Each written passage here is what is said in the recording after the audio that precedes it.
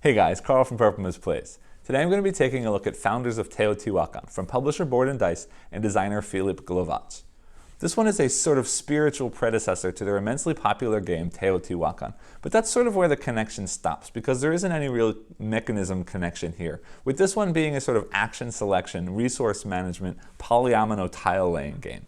It is, however, set in sort of the same universe as Teotihuacan. As always, I will be doing a solo playthrough, so this time I'm going to be taking a look at the solo AI designed by Błażej Kubacki and David Turczi. So let's head down to the table to see how it plays, and then I'll meet you back up here to let you know what I think. To set up a solo game of Founders of Teotihuacan, begin by placing out the game board and one player board. Now these player boards are double-sided, and you will see that the different sides have a different setup here in the center of the board. There are 4 player boards in the game. This side of the board is the standard side and everything is the same on all of the player boards. But on this side here with this icon in the corner, this is going to be different on each of the boards. So I'm going to be playing with the standard side for this playthrough. So I'm going to set that up like this. And then we will take all of the player pieces in a color.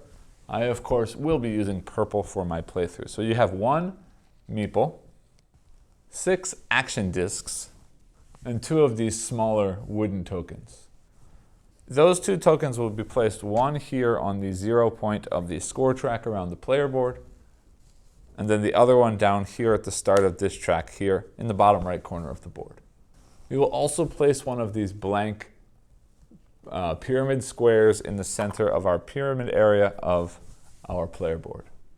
And then next we need to set up the game board, which will be set up sort of like a 2-player game. So we're going to start here with our resource buildings, putting 1 of each type of resource building as marked on the board. Next, moving into the temple area of the board, we're going to put 2 of each of the 3 different types of temple, like this. And then we're going to put the stack out for each of the 3 different types of worship tiles, shuffled and placed in the left side space.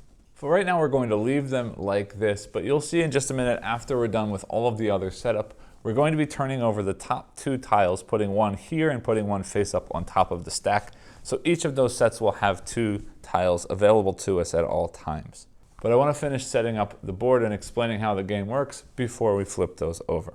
Then finally, to finish setting up the buildings, we're going to put 2 of each color pyramid tile in this last area.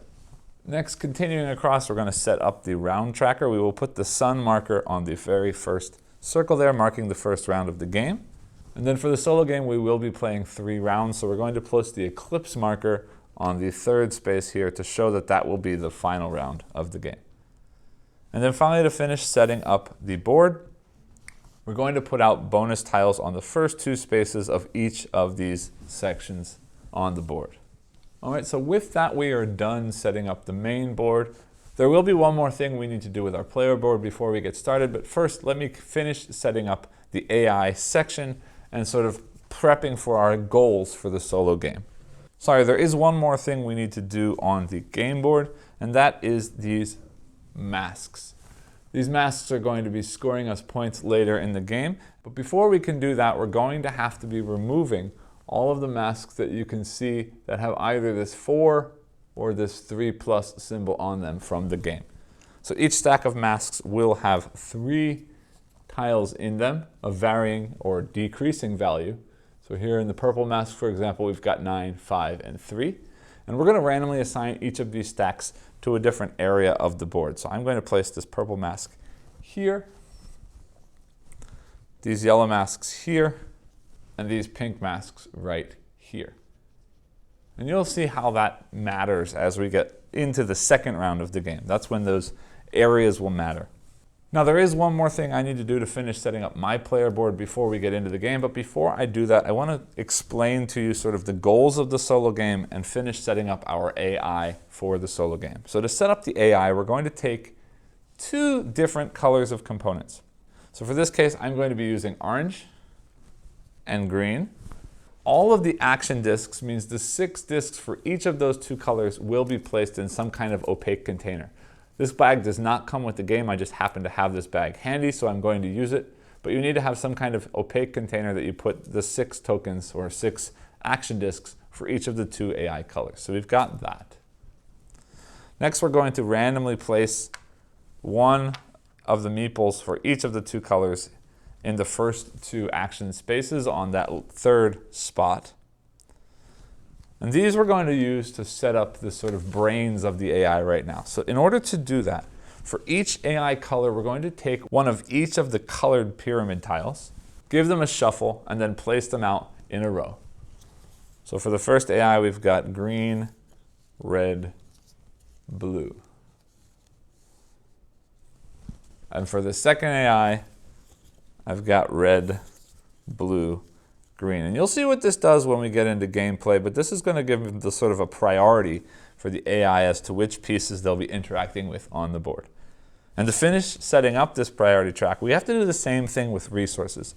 So we're going to take one each of the gold, stone, and wood resources, shuffle them up, and then place one on each of these tiles. So they'll have one of each resource in the top row, and again, one of each resource in the bottom row. All right, so now we're set up with one of each resource in each of the rows. And then finally, we're going to take the orange token, put it on that first spot of that row, and the green one, and put it on the first spot of that row. And doing that, the AI is all set up for the game.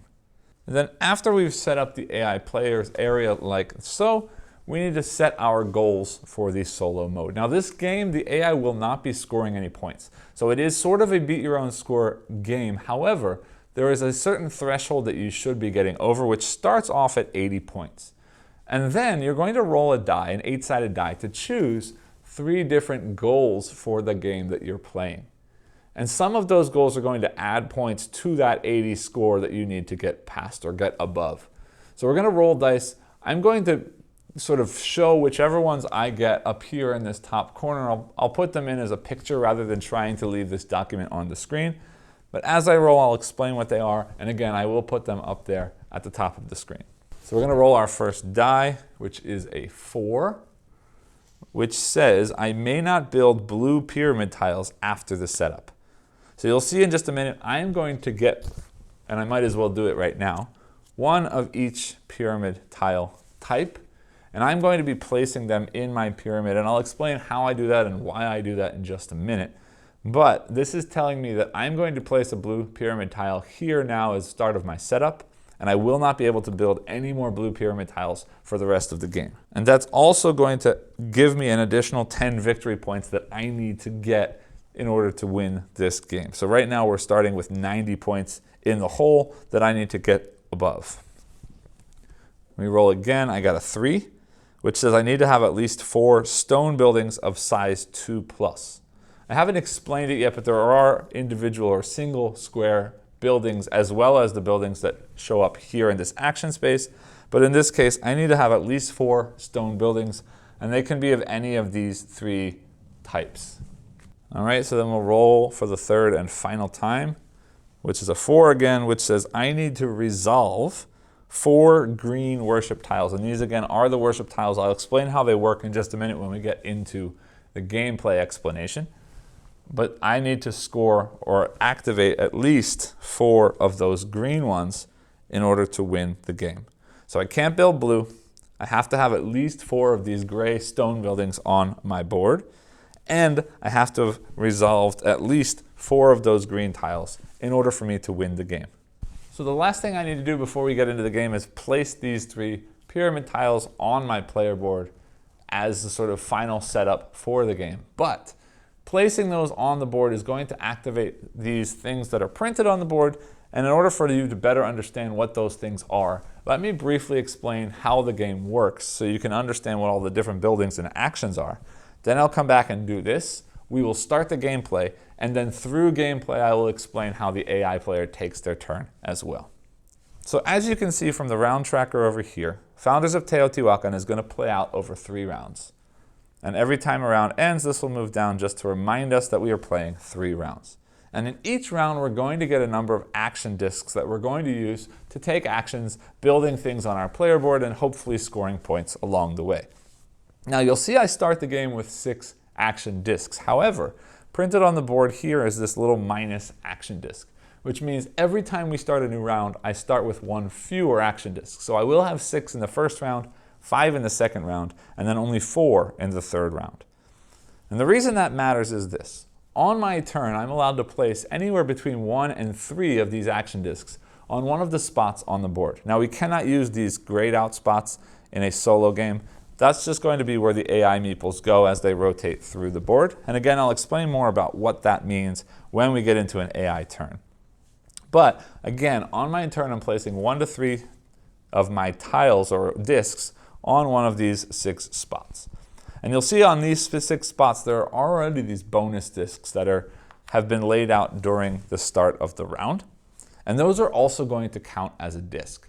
So wherever I place my discs, I'm going to count the number of discs that are on that spot, including my own discs, my opponent's discs, and these bonus discs. And we will be able to take an action using sort of that number as a number of action points. And those points are going to determine what actions I can take and also sort of what level of action I'm going to be taking. In addition, if I'm the first person to place on one of these bonus discs, I will be able to use that bonus as part of my turn. And I'll explain those bonuses after we've already explained the 3 main actions and the 3 main influence actions at the bottom as well. So let's go through each section talking about the build action and the influence action associated with that space.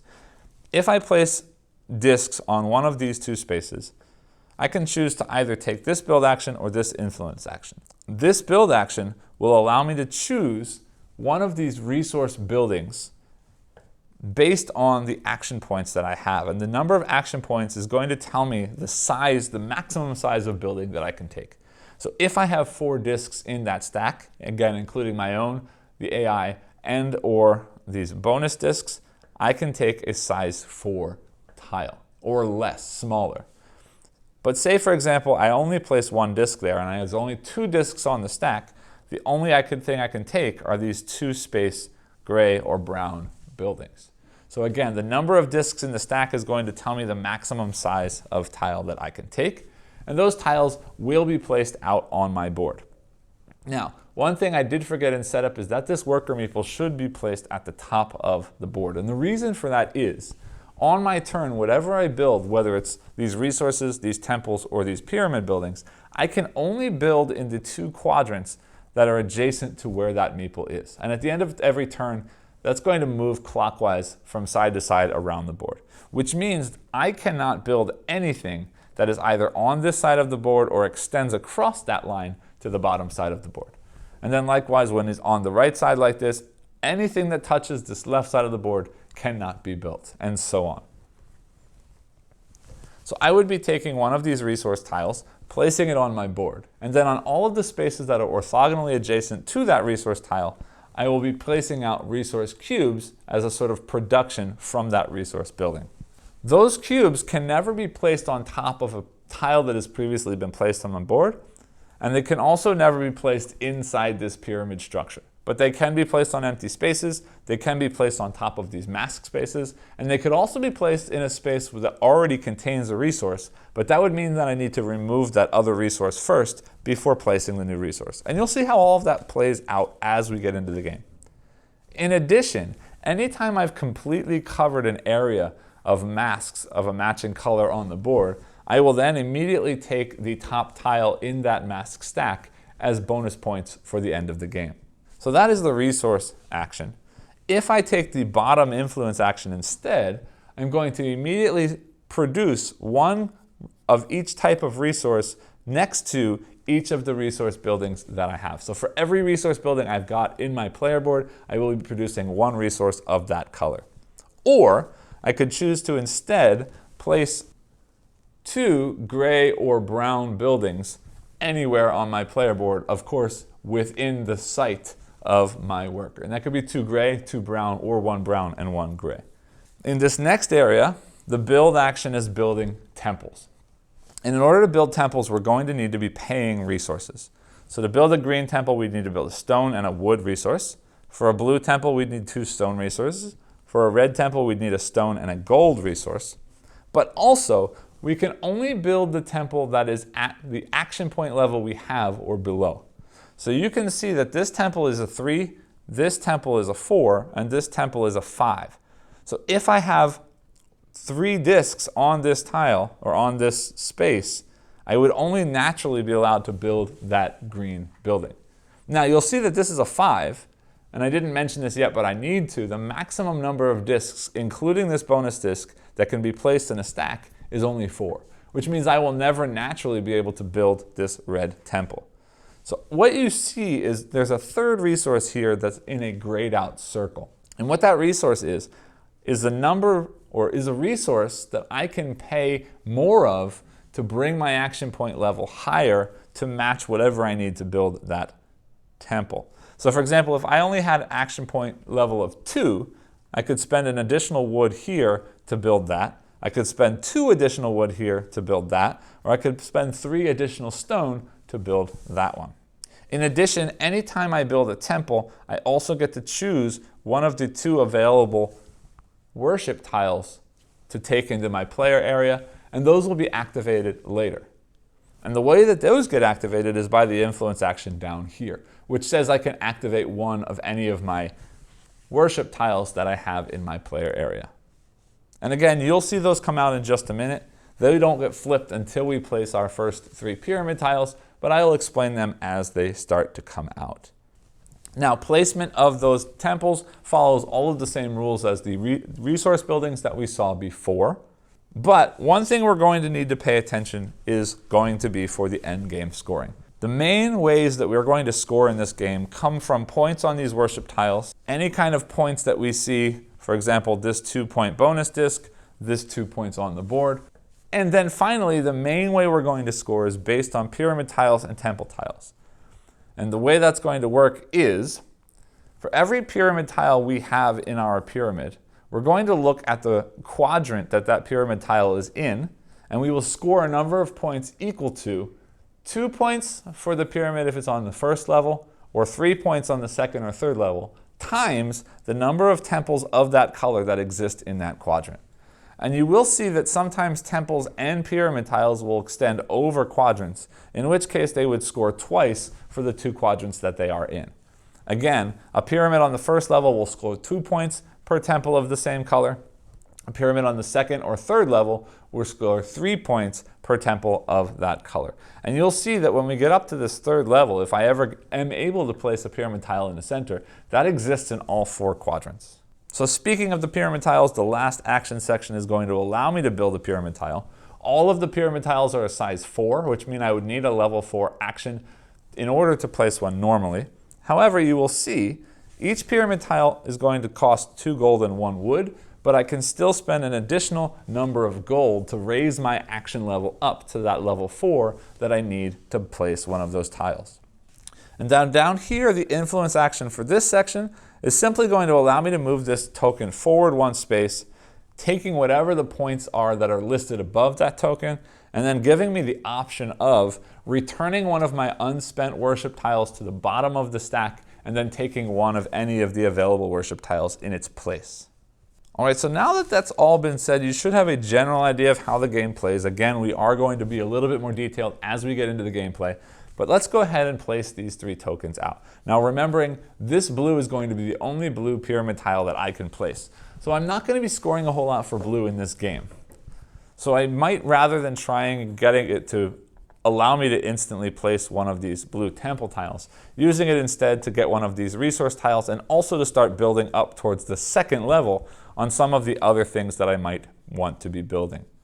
That said though, I do know that I'm going to get at least 1 free temple tile down here if I ever place something there. So I may want to keep it on this side, for example, so that I could score that if it does get placed later on. So I think I'm actually going to do that. I'm going to place this blue pyramid tile here, which is going to automatically get me a level 2 gray resource building. Now it's worth mentioning that in this first placement of the game before we've started playing, where my worker meeple is doesn't matter. I can build anywhere I want to in the entire area, but for this initial placement, I cannot cover any masks on my board. So I'd like to place this resource building in an area that's going to be free floating in the middle somewhere so that I can surround it on all sides by resources. So I'm going to go ahead and just place it right down here. And then we'll place out our resources. Now you might notice as I'm placing resources that some of the resources are a slightly different color than others. And that is because in the prototype version of the game that I got, there weren't initially not enough resource cubes included. So I was given a second bag of resource cubes, and that second bag is a slightly different color than the original bag. All right, so now we need to place our green and our red temples. And remember that one of my challenges is I need to have and resolve 4 green worship tiles. And I know that whenever I place a temple, I get a worship tile. So I'm going to start by placing this green temple or green pyramid on top of that green temple space, which will allow me to freely place out this green temple piece anywhere on the board. Again, I cannot cover over the mask spaces, but other than that, there are no restrictions. So I'm going to go ahead and place that here so that it's actually in both of these 2 quadrants. And later on, if I can build green pyramids here, I'll score twice for that tile. Now, because I placed that, I do get to take a worship tile. Now, we haven't revealed them yet because they won't get flipped until after we've placed these 3 pyramid tiles. So I'm simply going to take that top tile. And here we go. Here you can see our first worship tile. And this says that if I spend 8 of any resource, I can get 9 points for doing that. So this is great because this is going to work towards getting us our final total, but also would get us towards activating a green resource or a worship tile, which we need to have done 4 of by the end of the game. So I'm going to keep that, obviously. And we're going to work towards getting lots of resources later so I can score that. Now I've got my red pyramid tile. I could do the same thing with red, but I'm not really so worried about that at the moment because I would rather have some resources. And I know that I need wood to build more green temples, and I need more green temples to get more green worship tiles. So I wouldn't mind having some wood. So I'm going to put a red pyramid down here. And that gets me a level 2 wood. Again, I get to put that anywhere I'd like to. And I'm going to drop it, why not, right there. And it generates wood all around it. Now, before we do get started with our gameplay, there's one thing that I didn't remember to talk about, and that is the bonus discs. I told you that the first person who plays on those bonus discs, or in this case just me because the AI won't take advantage of them, is able to use those bonus discs for whatever it shows on them. So let me show you what those do right now. This bonus disc here is going to give me 1 point and 1 free resource of any type. This one will simply give me 2 points. This one here gives me a second build action of the same action point strength as whatever I'm taking with that space at the time. This one will give me 1 point and will also boost my action point level by 1 for that turn. This one's another second build action. And this one will give me an influence action in addition to whatever action I am taking that turn. All right, so before diving into our first turn, we do need to turn over those worship tiles. I've got one here that for every 2 wood I spend, I can get 3 points, up to a maximum of 12 points, which is nice because this was 8 resources for 9 points, but that would effectively be 8 resources for 12 points. Here is 10 resources for 12 points.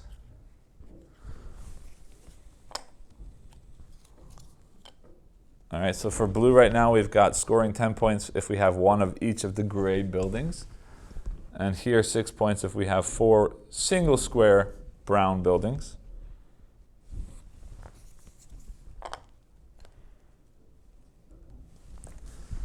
And then for red now, this gets to me to score 3 points and get a free influence action. And this is score 4 points and get either a 2 gray or 2 brown building to add to our board. Now, I get to go first, and I'm not going to explain the AI's turn until the AI takes their first turn, but it's worth knowing, again, that this is their priority preference. So right now, orange is going to take an action where their orange meeple is, and will either prioritize green or wood, and green, same thing, will take an action where they are prioritizing red or stone. So right now, they're looking, the orange guy is looking at taking one of these wood buildings, and the green guy is looking at taking one of these red temple tiles.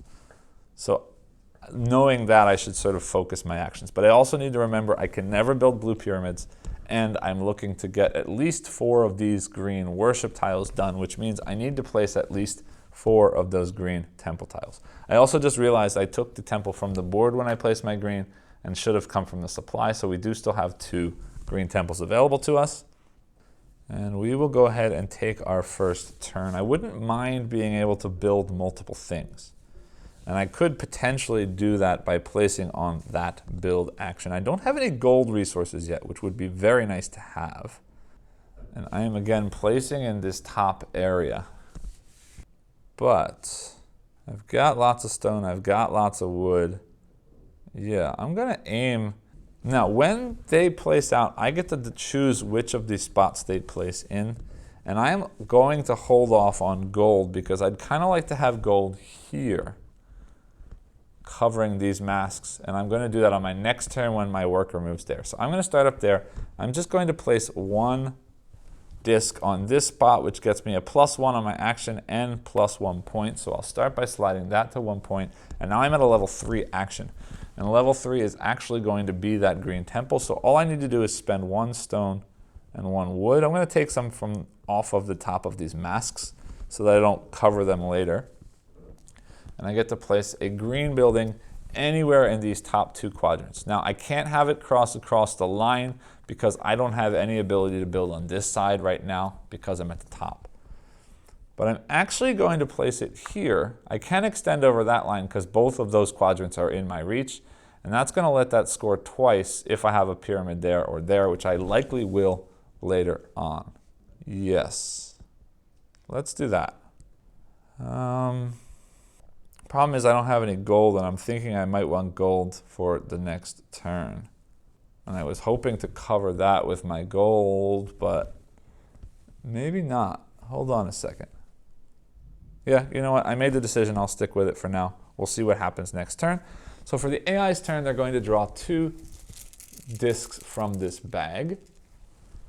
And in this case, we drew 2 orange discs. Because we drew 2 orange discs, only the orange AI is going to take a turn, but they will take a double strength turn. So I'm going to place those 2 discs in the area where their meeple is, and I get to choose which one to cover. So I'm either getting rid of a 2-point bonus or a 1-point and resource bonus. And I'm not sure I care about the free resource right now because I am building lots of resources. So they will go there, which gives them a level 3. The level 3 thing doesn't matter for them, just that.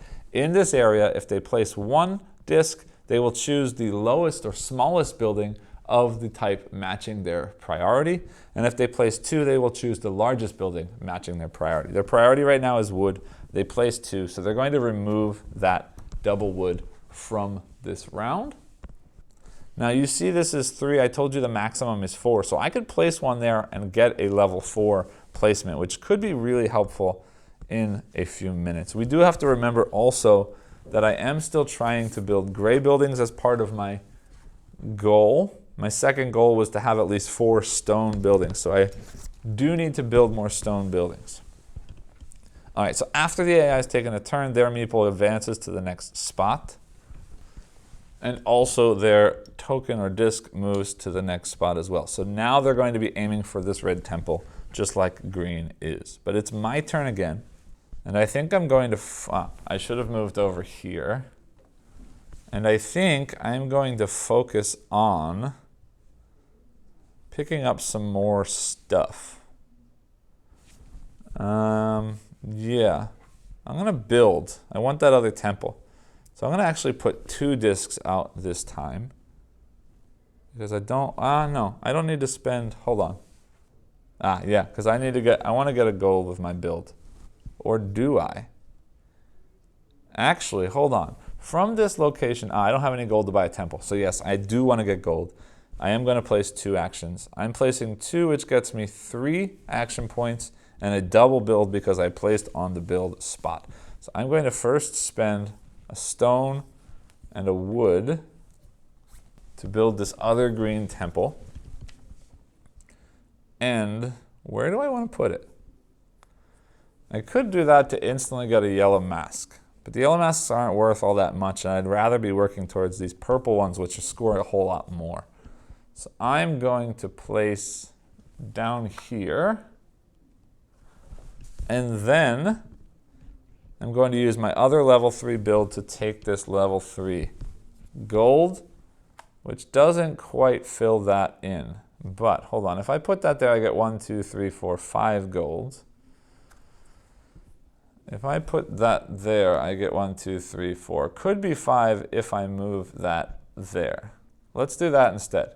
So I build that there, I build the gold here, and then I place out 5 gold resources.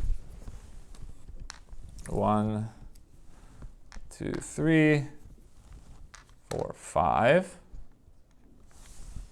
And I finished covering that mask, so I will take the top gold mask for myself as well.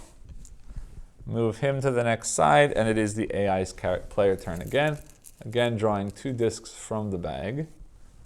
All right, so this time we got a green and an orange. They will both take a turn. Let's start with green. I get to choose which of the actions they are going to take. Now, they're both going to take a turn, which means this is already at 3 and this is at 2. So either way, we're going to end up filling up one of those and the other will be almost full. So it doesn't matter where I place. We'll finish that one with green. Green is taking a red temple tile.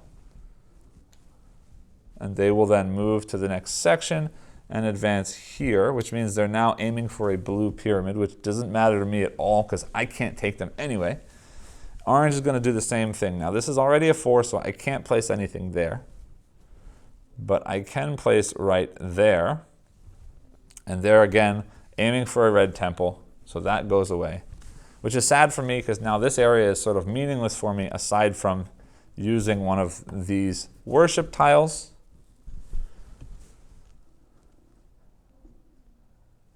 Yes. And then they advance to the next section and again are also aiming for a blue pyramid. Which is a little bit sad because I kind of wanted some of those red temples, but right now I guess it doesn't matter. I can start working on building pyramids. But right now I also want resources. I also did just remember by talking about those resources, I should have taken one more worship tile when I got that green piece. So I am going to take this wood for points tile. And we'll move that over and flip this. Yes, now it's my turn. I need to build something in one of these bottom 2 areas. I don't really care about a blue temple. I could build a blue temple here and score points, 2 points off of that, but I don't know that 2 stone for 2 points is worth it. I'd rather build something big. Yeah, I'm going to use a single action to place over here, which lets me place either a large gold or a large stone. Gold is super important to have for the pyramids. Wood is also nice to have because wood lets me build more of those green, but for the green I only need 1 wood and 1 stone. And now each pyramid is going to take 1 wood, but it's going to take double gold. So let's go ahead and take this big gold. And yeah, I'm going to cover up that spot right there, which is working towards that purple mask again, and will get me 6 more gold. All right, so we've got gold placed out. Now we do have to be careful because I need to have at least 4 stone buildings, and I only have 1. So I do also need to start working on getting more stone, but we'll get there. I'm not worried about that right now. Yeah. Then I could start working towards some of these as well. I need to get more resources. 1, 2, 3, 4, 5, 6, 7, 8, 9, 10, 11, 12, 13, 14, 15, 16, 17, 18. I got 19 resources right now. So I don't necessarily fear that. So we might work towards that coming soon. This goes over here. And the AI take their turn. Drawing 2 discs. Again, a green and an orange. So we start with green. I don't think I'm going to have enough discs to take advantage of this double build. So I will place green there, which lets them remove a blue pyramid. And you'll see here, I didn't mention this before, but every time we place a blue pyramid, we will be getting 2 points. The AI doesn't score anything, so that doesn't matter for them. And then green will advance to the next area. switching here, so they're aiming for that wood resource on their next turn. Orange, again, I don't want to get rid of that influence, so I'm going to do that. And orange is also taking a blue pyramid tile, which doesn't matter to me. They also move forward. This gets cycled back here, so they're also aiming for wood. Now, in the case that they both activate next turn, when there is no wood available for them to take, I get to choose what they take instead. All right, so it is my turn. And I could either go on top of there to get one of these. Yeah, watch this. All right, I'm going to do that first. I'm going to go place there, whoops, on top of that one to take a green pyramid. I need to spend 2 gold and a wood. So again, I'm going to uncover those mask spaces first. 2 gold and a wood. I am at level 4, so I don't need to spend anything else. I get 2 points for doing that. Then I get to place this green tile somewhere. Now, I can place from this location in any of these 6 spaces here. So I am going to place there because doing that means that I'm scoring for both of those again, which is great. And that is the end of my turn. I move back up here to the top, and the AI goes again. Placing there too, we get a double orange again, which means orange has to place here. The largest wood they can take is that level 2 wood. They move to the next spot. This moves over, and again, they're aiming for red temples on the next turn. But I'm going to be placing my last disc now. And the way that this solo game works, as soon as I place my last disc, that is the end of the round, the AI does not get to take another turn. So that will be it for them. So I have to figure out what to do with this last action. But I also just realized I forgot something. When I placed that pyramid tile, I was still here. And that triggered as you can see underneath here, a 3-space gold building, which again, because of where I was standing, needs to be placed in one of these 2 quadrants. I'm going to start working towards those pink. I'd love to be able to take some of that out, but if I put it there or there, I'm only getting 4 resources. I could throw it out somewhere in the middle and get a lot more resource. Yeah, you know what? It's kind of sad, but I think I'm going to do that way so I can get a lot more gold out of it. Instead of getting 4 now, I'm going to get 7, which is awesome. All right, because now it is my turn.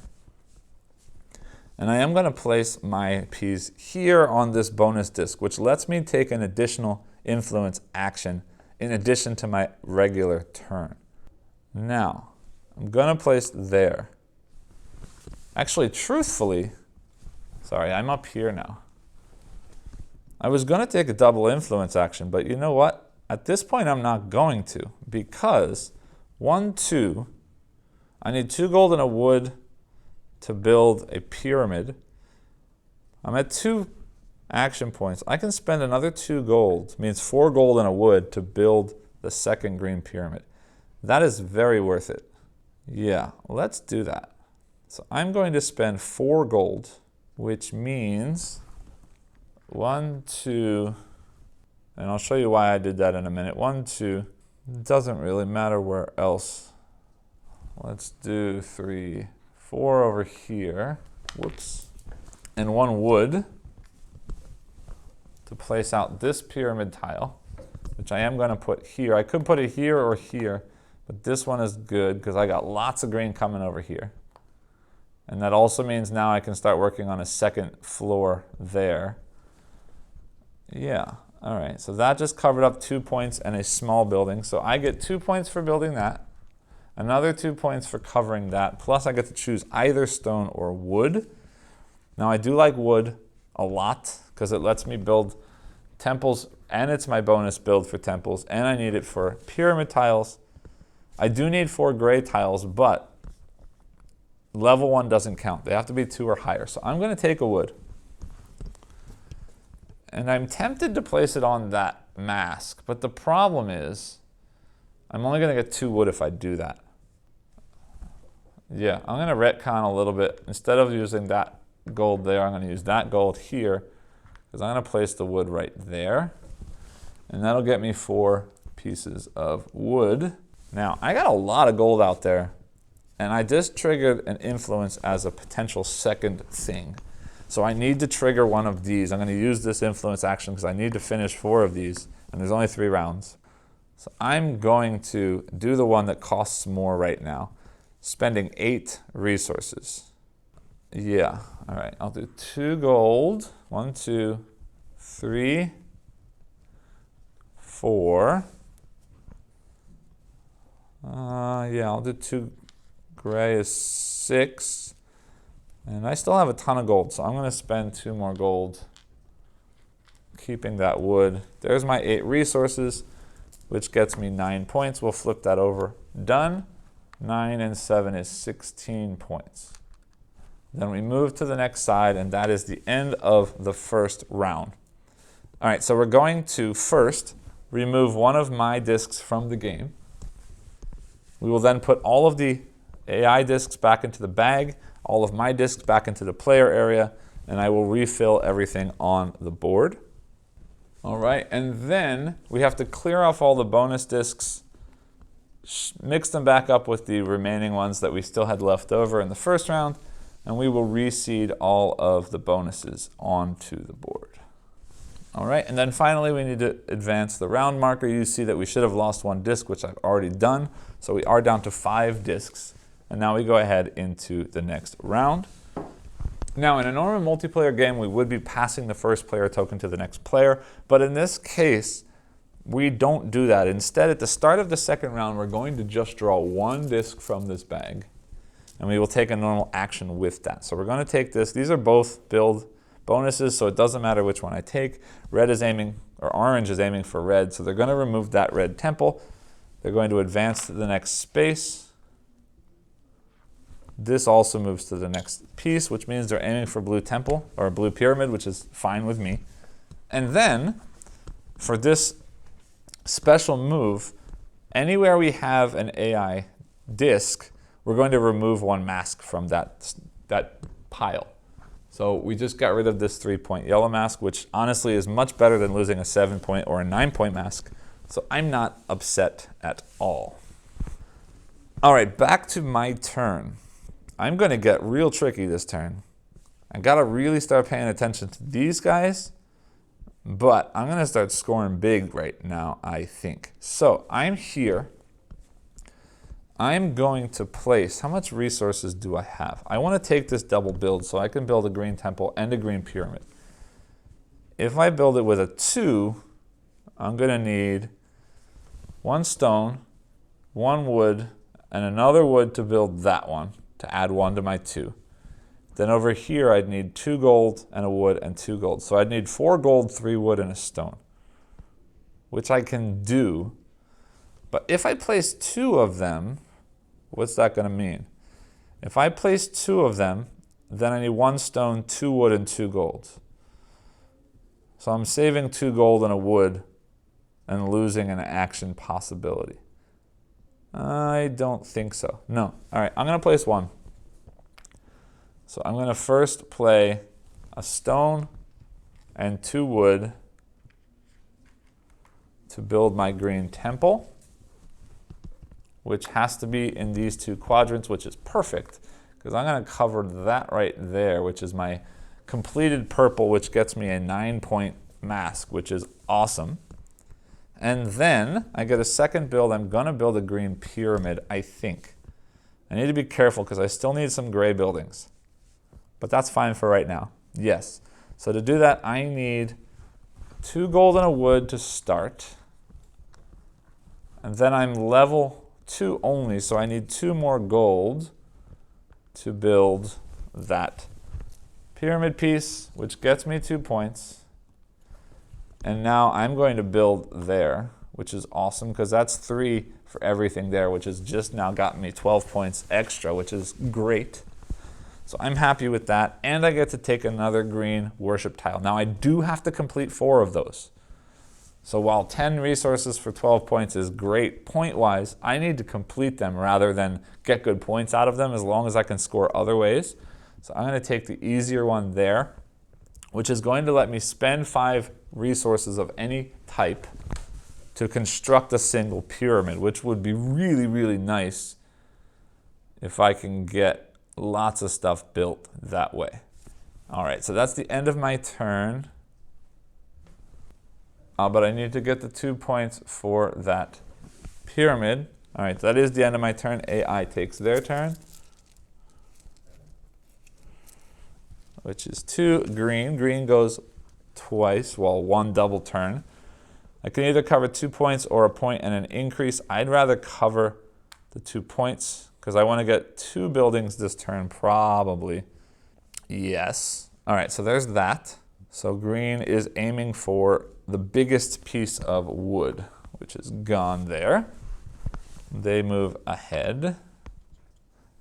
Again, aiming for a red temple. I don't care so much. This is turning out to be the right mix of colors to make me happy. Although a temple wouldn't be bad to have red because I would like this not to be completely wasted. Same thing with blue. If I can get a single blue temple, it wouldn't be a bad thing, but I'm less concerned about that. All right, my turn again. I still need to work on getting these things done, which means I need to start building some resources. And I just realized I never moved him, so I'm down there now. Resource, resource, resource is important. I do still need to get 3 more grays as well. So I'm going to place in this small section, which gets me a point and gets me 1 boost in level. So I have a level 3. So I'm going to take a level 3 gray. And yeah, it's not the best location for it. Like I could place it in here, but if I place it in here, I get 1, 2, 3, 4 resources. Whereas if I place it here, I'm going to get 6, 7, 8 resources, which is great because I can start using that for these things over here. So let's do that. All right, and that's my turn. I move to the next zone. AI goes. Double orange. I want that influence, if possible. Means I'll let them take, hold on, a point and a resource? Yeah, let them take the point and the resource because I want to be able to take that if I can. Let's flip that so you can see what's coming. Ooh, 3 for a temple. That's nice too. Yeah, that's real nice. All right, let's focus on that for a second because, yeah, all right, so he's taking this blue pyramid, moving to the next spot, advancing this, again, aiming for wood. And now it's my turn again. Placing gray wouldn't be bad. I could place on there and take a level 4 gray. But I don't really like that from where I am right now. I wouldn't mind getting some wood somehow, but not right this second. So I do need at least 3 to do that. But I might do something else. Yes.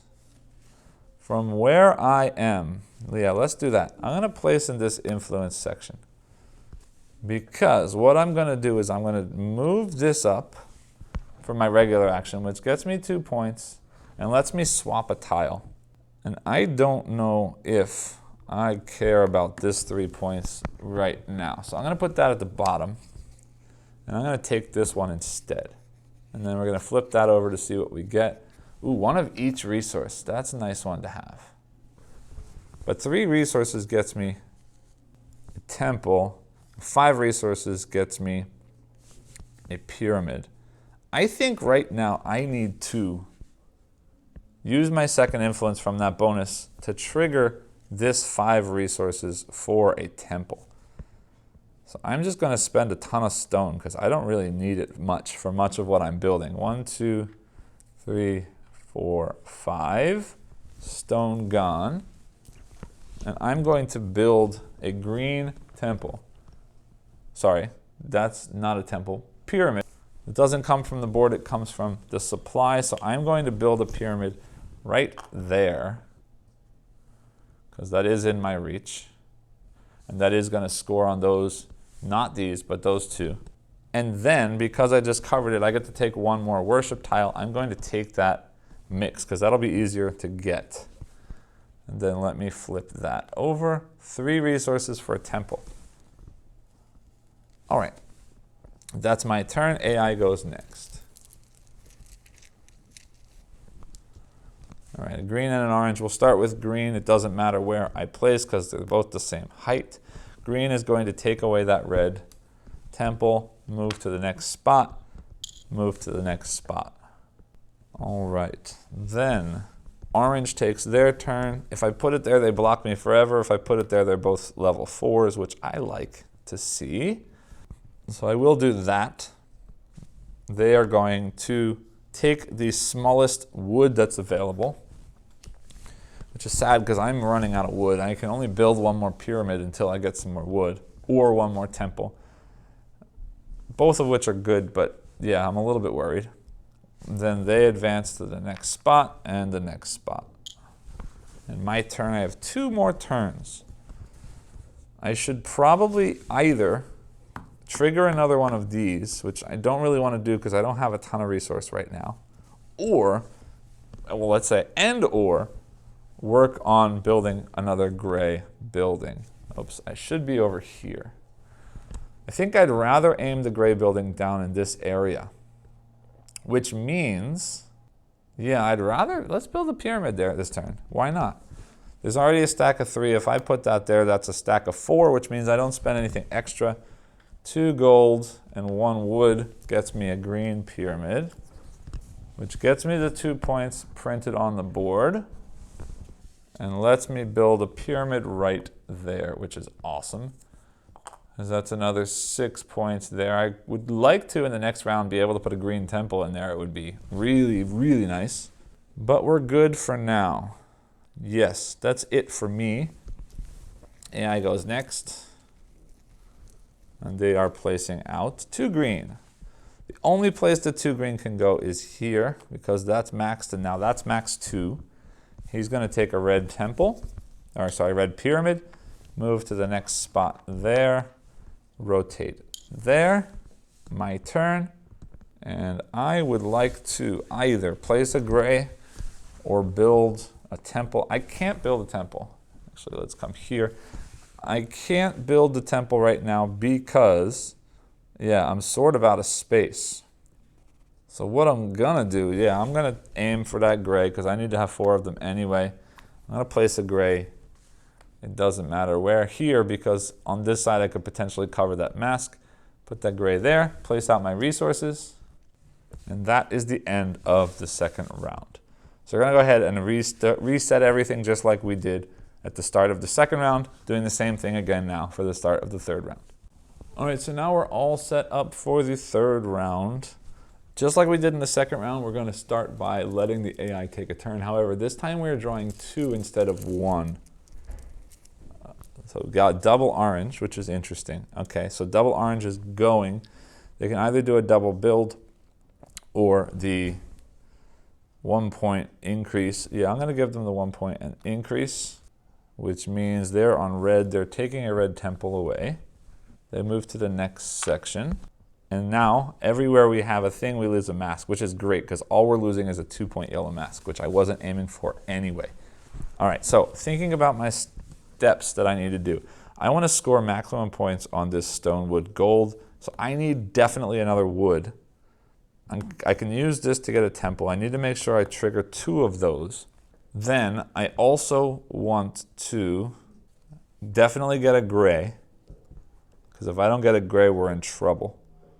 Yes, then green is here on the next turn. They're going to take one of those, but I get to choose what they take, which is fine with me, because I want to be able to use both of those if possible.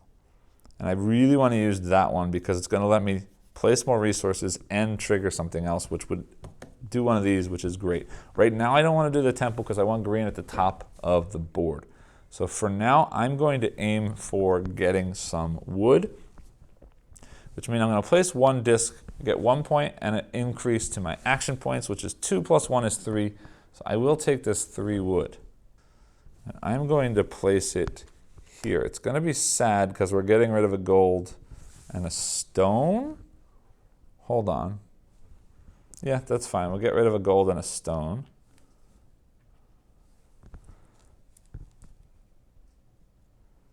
Hold on. If I slide that over one more. Yeah. I got lots of stone. All right, then I'm going to kill that stone to place a wood there. So I just generate 3 wood. 1, 2, 3.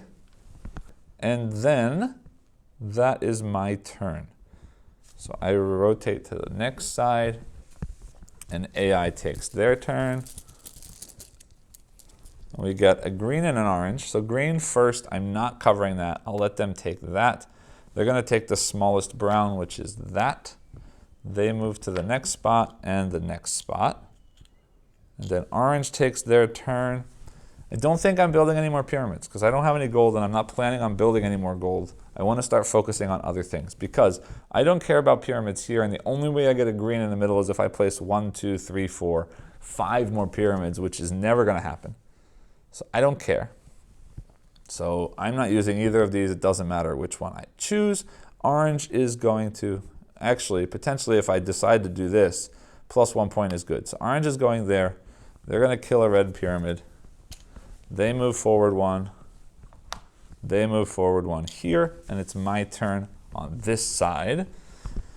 Now, do I want to place the gray or do I want to do these things? This side has 3 plus 1. This side has 2 plus 1. So I want to get a green temple on this side, but it doesn't matter if I build from here or from here. Yeah, it's not going to matter which order I take. It will, because orange is going to go next. And if it's a double, they couldn't place there, so they'd kill that. So I need to do this first. So I'm doing this action. I'm going to trigger 1 resource of each type built on each building. So we'll start with wood. This one can't because it's already just been built. It's surrounded. I'll place 1 down here and 1 over here next to the little one.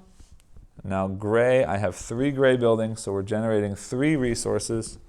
I'll place 1 here, 1 here. Oh, actually that one can't because it's already surrounded. And we have 3 gold buildings.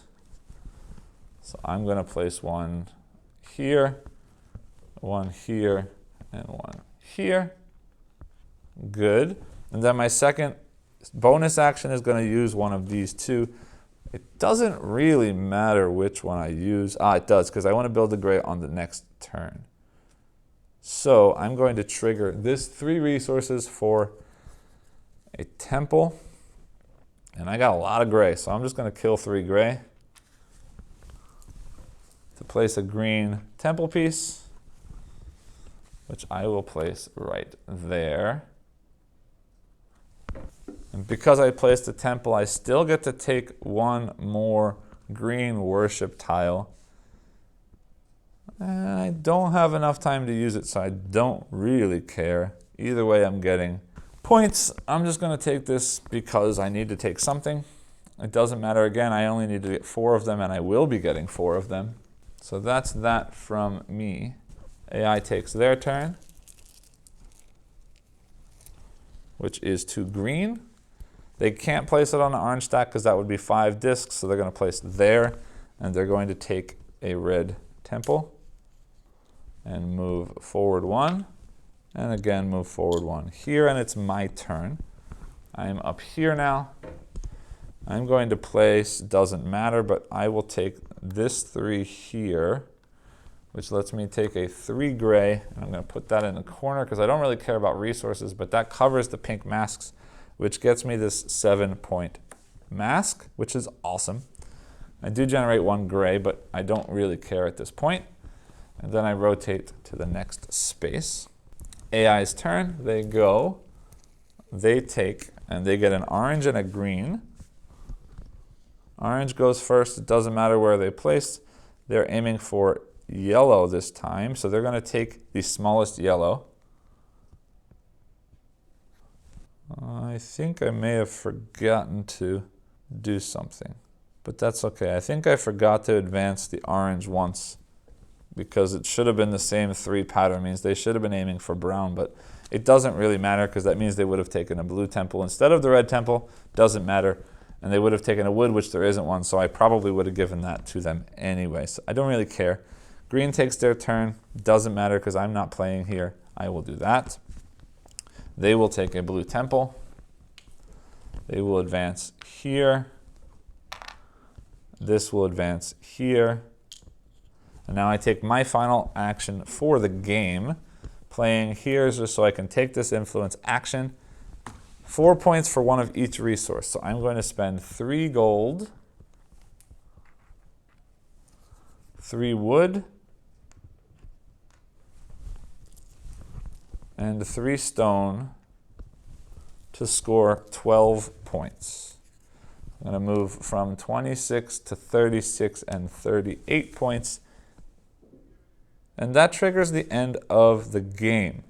So now we go into final scoring. I've scored all my in-game points. Final scoring, I'm going to score these masks, and I'm going to score for my temples and pyramids. So I've got 4 points for this yellow mask, 1, 2, 3, 4. 9 points for this purple mask puts me at 51. 7 points for the pink mask is 58. Now, we're going to score this top quadrant here. I've got 1, 2, 3 bottom, which is 2, 4, 6. And 1 top, which is 3 more. So 2, 4, 6, 7, 8, 9 times 1, 2, 3. 9 times 3 is 27 points. So 58 goes 68, 78, 85. And then this quadrant over here, again, 2 twos. Hold on a minute. Yeah, okay, the line is there. So that 2 twos and 1 3. So 2, 4, 5, 6, 7. And with 7, we're scoring 1, 2, 3, 4. 7 times 4 is 28 points additional. So we've got 15, 25, 33. So we finish with a score of 80 plus 33 is 90, 100, 113 is my score. But remember our 3 goals up there. Our first goal says subtract 10 victory points from your final score. The second goal does not say anything, and the third goal says subtract 5. So we were starting with 80, plus 10 for our no blue pyramids means 90. Nothing for the stone 4 buildings, but we got 4 stone buildings. And then plus 5 for the 4 green worship tiles, which we did here. So that's 80 plus 10 is 90, plus 5 is 95. So if we subtracted 95, again, we are at 80 plus 33 is 113. 113 minus 95 gives me a final score of 18. So we were successful and we did win the game. The last thing we need to do then is check in the book. There is a chart that tells you how well you did. So looking at that chart, bringing it up on the screen right now, with a score of 18, I'm in the lower threshold that says a narrow victory. You will be recognized by your contemporaries, but your name will be lost to time eventually. So while we're down here, let's take a look at the components. Basically everything on the screen is everything that comes with the game, aside from the first player marker, which is simply just a cardboard token with some nice artwork on it here. But other than that, all of the components are here on the table. For the most part, everything is very nice. All of the tiles are very thick. All of the materials are really nice. I always love wood pieces, so these wood cubes for resources and wood discs for the player pieces, while they're not sort of amazing because they're just standard cubes and discs and meeples, the colors are nice. The feeling of the pieces is nice. The heft of the pieces is nice. But they're sort of standard wooden components that you'd expect. The tiles, again, are very thick, very nice tiles. The artwork in the game is very pretty. It really, really fits in with the theme. The colors are muted, but again, that does fit with the theme. If anything, though, to me, it is a little bit bland looking, right? Because of the muted colors, because of the very classic traditional style art, it does look a little bit bland. I would like to see just a little bit more of the colors popping. I wouldn't mind if there was a little bit more done with the resource buildings, you can see they do have buildings printed on them, but they're not necessarily all that exciting. There's lots of squares and dots, and they don't really pop. There's pyramids and things on the temple tiles, or I guess in that case temples on the temple tiles, which when you look up close, they're nice, but because everything is sort of all one color with just black and gray tones over top it, they don't really pop all that well. But again, everything fits thematically from the art to the color palette and so on, so I can't really knock it for that because it is aiming for a certain thing, and I feel that it does hit that certain thing. Just for me, it's not all that exciting on the table, largely because of the muted colors and the classic art, but it's not a negative so much as it's just not a huge positive to pull me into the game. If I do have any complaints about the components, it's mostly just that for the solo mode I need some kind of container to put the AI's discs into, and the game doesn't come with anything. Now granted, I could just grab a cup from the cupboard, or I could grab a bag like I did from something else, but realistically I'd rather not have to search for something to play a game. I wish that it would have come with something, even if it was a cheap something, in the box itself. Now the other thing I do like to take a look at in these videos is the insert, and unfortunately, yeah, there's your insert, or lack thereof. There is no insert for this game. I mean, the boards and stuff sort of just barely fit in the box, so that kind of makes some sense, but the game itself didn't even really come with bags that fit all of the components. I had to sort of go and find bags from my own collection in order to store all of the components in this game, and there are a lot of components. There's cubes and cubes and cubes and cubes and cubes. There's tons of tiles, tons of tokens, just lots of stuff, and the game comes with almost no way for me to sort it. Set up and put away is a bit of a pain with all of the bags and putting everything back. It's almost worth just dumping everything in the box and then sorting when you play the next time, because otherwise it's going to take just as much time to sort as it will to unpack everything and resort. So to have to do that twice really is a bit of a chore to get this game to the table. Now with a very nice insert, I'm sure that somebody will be working on one. If this had an insert and I could simply pull out everything and it was all set to go, there would be very little setup for the game. But unfortunately, because of the lack of an insert and the way that this game sets up, in this case it's definitely very meaningful that there is no insert for this game, so it's worth mentioning that here. With all that said now, meet me back up top and I'll let you know what I think about the gameplay itself. Welcome back. I hope you enjoyed the playthrough. Now you're going to, of course, ask me, how does this compare to the regular Teotihuacan game? And unfortunately, I've only played a small amount of the game on BGA, and it didn't really connect with me, so I'm not going to be able to answer that question in this video. So if you're looking for that, I'm sorry I can't help with that. But let's focus on this game specifically and talk about how I feel about the game. And basically, I'm going to come right out now and say it. This game is decidedly meh for me. It's not a bad game, but it doesn't really shine for me. But there are a lot of good things here, so let me go ahead and get into the good things so we can connect with what might work for you in this game. The first thing is the action selection idea, where I'm placing these discs out on the board to select either the build action or the influence action, potentially triggering the bonus disc that's played there, but also being able to take a different sort of level of action based on how many discs are in that stack. I start with that because that is my biggest positive about this game. I really enjoy this idea of action selection. Not only am I choosing which action to place, but I'm also trying to figure out where the opponent might be placing so that I can sort of get higher level actions later on in the round without spending too many action discs. I'm always weighing the sort of balance between, do I want to spend more action discs to make the action easier, or do I spend less action discs and use a lot of resources to make up for that difference, hoping then that I have a lot of resources to spend on all of the things that I want to build. And I really like this balance. Also, as part of that balance, is it worth using less discs just so that I can trigger that bonus action, or do I use less discs on a stack that's already tall enough so that I can then use that higher level action much easier with fewer discs? So this puzzle of where to place, when to place, how to place is a really interesting puzzle to me, and I really do enjoy that.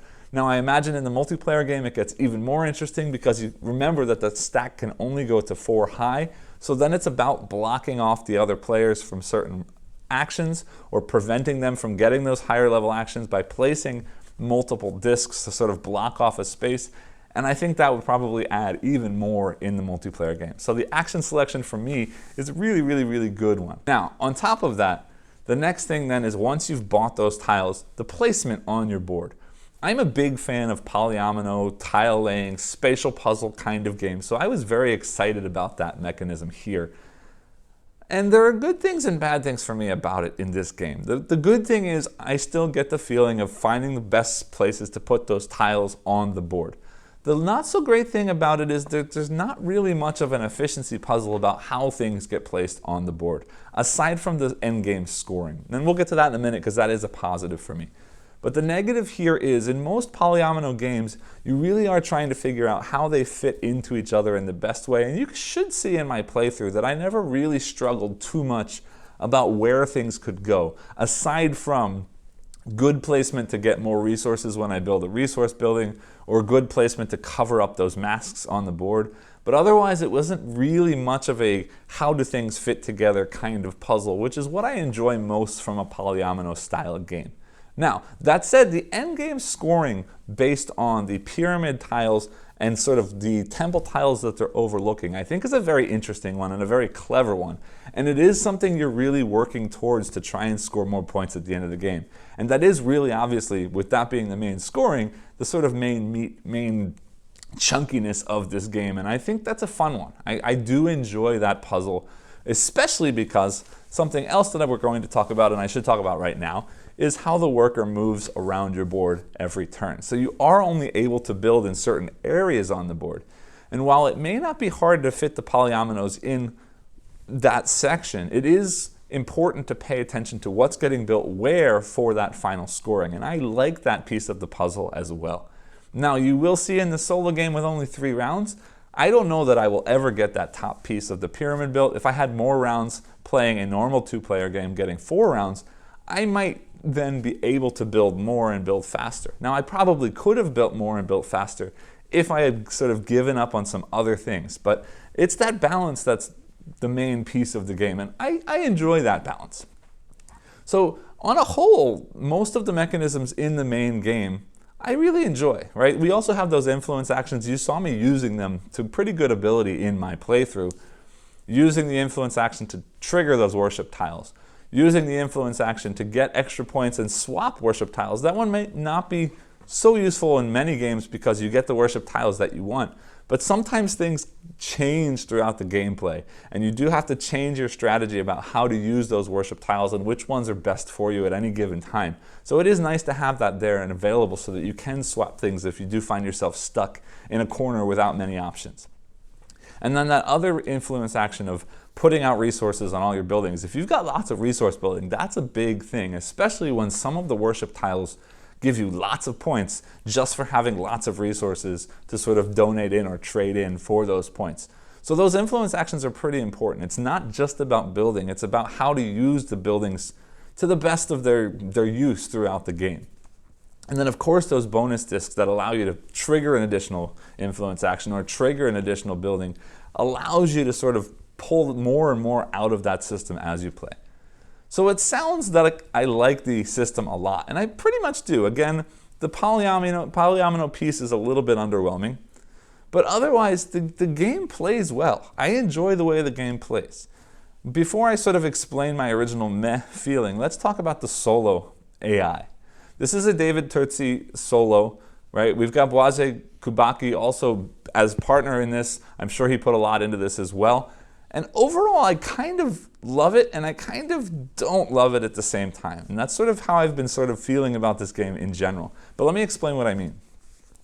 The idea of the AI sort of rotating through these things with changing priorities and changing focus and removing things from the game that you might be trying to go towards, but also with that sort of priority track visible, allows me to have pretty much good information about what the AI is probably doing in the future. The question is just, will that AI take a turn this turn or not? Will I get 2 of the same color or 1 of each color? And if I get 2 of the same color, which of the colors are they going to be? So I can sort of guess or predict what the AI is going to do in the next few turns, so I can plan the order of things that I should be doing things so that they don't screw me over, but also so that I can place discs on top of theirs and get things cheaper than I would have normally. This is also an interesting twist and an interesting puzzle because remember, my worker is moving around the board, which means I can only act in certain quadrants at certain times. So I have to make sure that lines up with the timing of when the AI is going to do what it does as it comes out. Also, the idea of different goals for the endgame winning conditions is a cool one to me because it means that every time I play, I should need to try different things in order to score well, or try to push the game in different directions that I might not normally do if it was simply just hit this score threshold. And I appreciate the varied goals in the game. Now that I've said I enjoy both of those things, I have to say that I also don't enjoy both of these things, and let me explain why. First, the priority track, and you'll see that in this playthrough that you just watched. Everything randomized in such a way that it made my play fairly easy this time. Now, I didn't get the best score I can, and we'll talk about that in just a minute, but it sort of set things up nicely for me. And what I mean by that, if you paid attention, the priority of the two AI was the same order. Now, it was sort of on a different rotation. Everything was delayed one step. Same thing with the resources. They ended up being exactly the same for both AI, but in a different sort of rotation. So the order was the same, but the rotation was different. But what that meant was, it ended up being that both AI were always aiming for the same color at the same place. They were always going for red temples. They were always going for blue pyramid tiles. They were always taking wood resources in the resource building area. Now, there may have been a mistake that I made, but I've looked through the rules and I don't think that there is. I think I just got lucky in the way that this game's set up. But what it meant was, I didn't care about red temples so much this game. Maybe I could have, maybe I should have, because I could have scored a little bit more. But I didn't really care. And I definitely didn't care about the blue pyramids because I wasn't even allowed to build them this game. So it did nothing for me that they were taking those away. Now, if I had done a little slower and they got there again, they would have taken something other than the blue pyramid or something other than the wood, and then it may have started bothering me. But if it had come out with a different randomization that they were focusing heavily on those green temples and those green pyramids, my strategy would have been crushed, and I would have had to figure out another way to deal with that, which would have made things quite a bit more difficult, right? The same thing with those end game goals. I'm rolling dice to get a random setup of goals. And some of those goals tell you that I have to subtract an additional number of points at the end of the game in order to win the game. So it could be, based on the random die roll, that you get 3 goals that are subtracting tons of points and make the game incredibly difficult to beat. Or it could be based on that random die roll that you get 3 goals that are pretty much already in sync with what you were planning to do, don't subtract any points, and make it incredibly easy to win the game. So it is a little bit bothering, it is a little bit concerning to me that this randomization about how the game is set up and how the game is sort of designed each time you play it could randomly determine that this is going to be incredibly impossible to win, or could be fairly easy to do well in. Now, with all that being said, this game is not easy. I've played 6, 7, 8 times for this review, and I've won twice. It is not easy. Already that 80 points is a pretty big threshold, and if you get hit with those extra points coming off based on those goals, you are going to get pretty well crushed. But again, with those goals, I'm not sure. I mean, I'm sure they must be balanced. I'm sure they must have been tested many times, but I'm not sure why one takes off so many points and why another one doesn't take off so many points, because it doesn't really feel to me so much that those goals are specifically making things easier or making things harder for me, and that point threshold is sort of balancing things out. So again, I enjoy everything that they've done, but I don't know that it always works the way that it should be working, unfortunately. So basically, again, I've said I enjoy the action selection. I said I've enjoyed the tile laying aspect. Whether or not I enjoy the polyomino piece of it, I enjoy the tile laying aspect of the game. The resource way it works is pretty cool to me. I really like that you have to sort of think about ruining your placement to get more resources, or sacrificing resources to get better placement on masks and better placement for temple pyramid scoring. All of that is interesting to me. The solo mode works well. It's not always the greatest because of the random setup, but it works well. So why do I feel meh? I don't really know. There's just nothing about this game that hugely excites me, right? But more importantly, every time I play this game, regardless of the fact that the goals are different in the solo mode, it feels exactly the same to me. Now, I showed you on the back of all of the boards, there's a sort of alternate pyramid bonus action, bonus trigger spaces in the middle of all 4 of the boards. And in multiplayer, that might be interesting because you wouldn't be able to copy the other players, or you'd all have to come up with your own sort of strategies that I'm sure are designed to sort of fight with each other in different ways. But in solo, it doesn't really matter. The center of the board being slightly different isn't really going to change anything for me. So ultimately, it just ends up feeling samey, and this game is going to grow old and get boring to me fairly quickly. So unfortunately, as a solo-only game, it's a fun activity. It's a fun game to play every once in a while, but this isn't one that's going to the top of my lists, and it isn't one that excites me a ton. So if you like what you see, if you like these mechanisms, I would definitely say try it out. It's not a bad game, but for me, I can't strongly recommend it because it doesn't really excite me in any specific way. I hope that makes sense. I hope you enjoyed the video. If you did, please remember to like and subscribe below, and I'll see you next time. Thanks.